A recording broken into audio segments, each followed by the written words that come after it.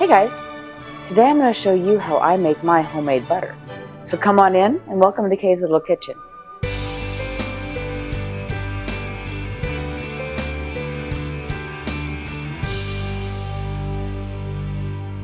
Hey guys, today I want to show you how I make my homemade butter. And you may ask yourself, why bother making homemade butter? You can buy it at the store, super easy peasy. But I'm telling you, make it homemade, especially if you're into making your own bread at home. Then this is the next step for you to learn how to do. It's amazing. A couple quick notes about making your own butter, all right? You're going to start off with heavy whipping cream, and I highly recommend that you do the footwork to find just pasteurized heavy cream. Our local grocery store and Walmart only ever have ultra pasteurized. That means it's been pasteurized twice. And while it is more shelf stable, the problem is they have boiled a lot of the flavor out of it. So you're going to want to look for pasteurized. We find ours at Costco. We'll go buy several quarts at a time to make butter. I often make a very large batch, but today I just want to show you how to do this with 1 quart. Alrighty. So I shake it up just to get everything off the cap. Alrighty, you're going to find a plastic container and you're going to dump the whole thing into your container. You can do this with a lid. You can use a towel if you want to. But a container that will hold your 1 quart of pasteurized heavy cream. And the next step I think is important, but not necessary. Yes, you can make butter without culturing your heavy cream first, but your efforts culturing it will give you a much better flavor and a better yield. So we culture ours with buttermilk. I have used Greek yogurt, plain whole milk Greek yogurt, but I found that using the buttermilk also gives me a better butter consistency when I'm going to churn it. Okay, so this is cultured whole buttermilk that I'm going to pour in about a 1/4 cup, anywhere from 2 tablespoons to a 1/4 cup. And then because we are working with live cultures, I'm going to whisk this with a plastic tipped whisk.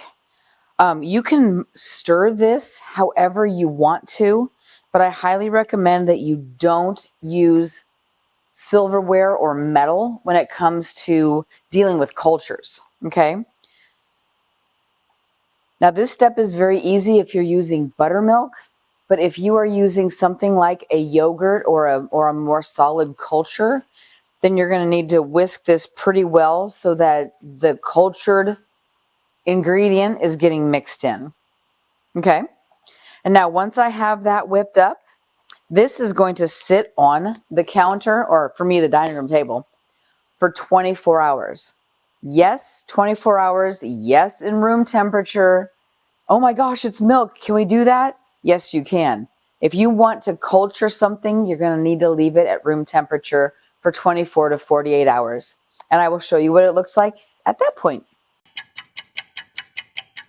Once your heavy cream has set out for 24 hours to culture, what you're looking for is you are looking for something that is thicker than what you put together, thicker than when you stirred it in.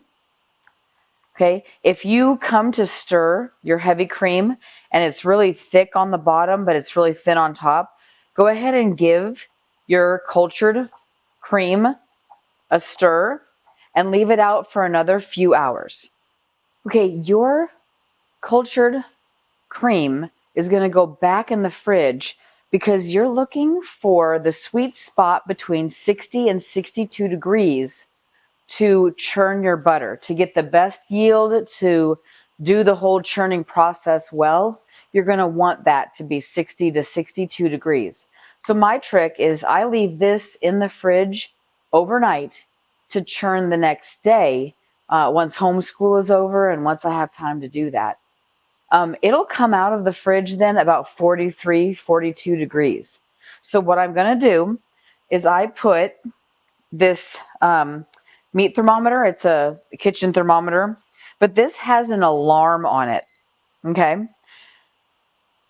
Because I'm usually running around and doing a whole bunch of stuff during the day, I will put this in and set the alarm to go off when this reaches 60 degrees. So then this just sits on the counter, and when this goes off, I know that it is ready for me to start the churning process. Alrighty, so I've pulled my butter out of the fridge. I put the thermometer into it, and it has come up to 60 degrees. And when it comes out of, it is a lot thicker when it comes out of the fridge. Okay, nice and thick, well cultured. And so now I'm going to scrape this into my stand mixer. Can you use a Vitamix? Sure. But I prefer a slow churn to this. Could you use your food processor? Sure. My food processor does not have any blade or paddle attachment. It only has the knives. And so I'm not sure that that would work out as well. But experiment with what you've got. This is what we're going to be using today.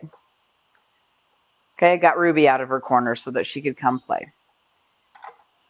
Okay, I'm going to start with a whisk attachment, and we are simply going to whisk this until the butter chunks start coming together and separating out the whey.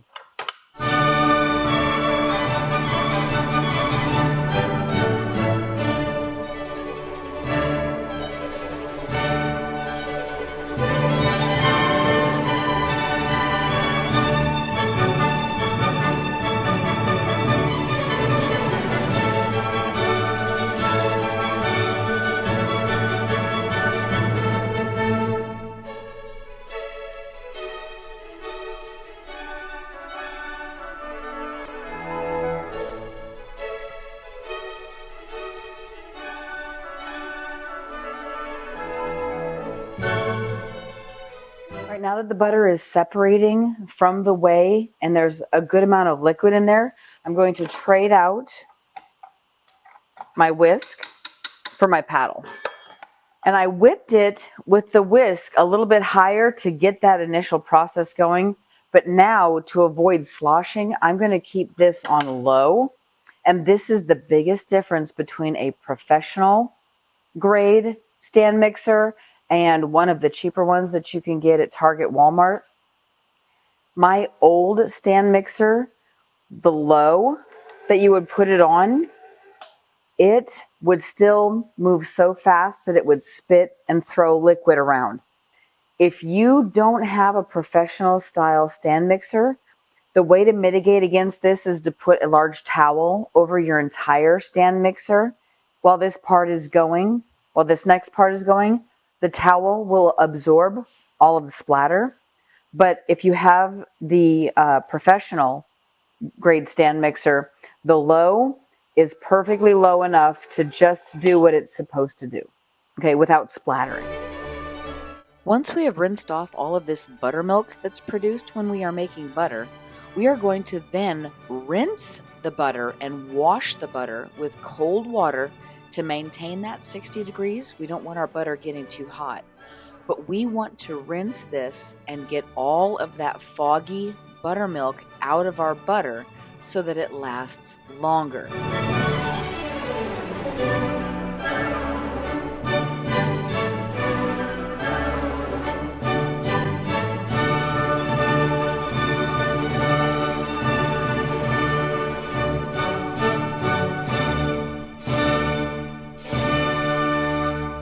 Okay, now that the butter is salted, what we are going to do is we are going to kind of press it up onto the side of the mixing bowl,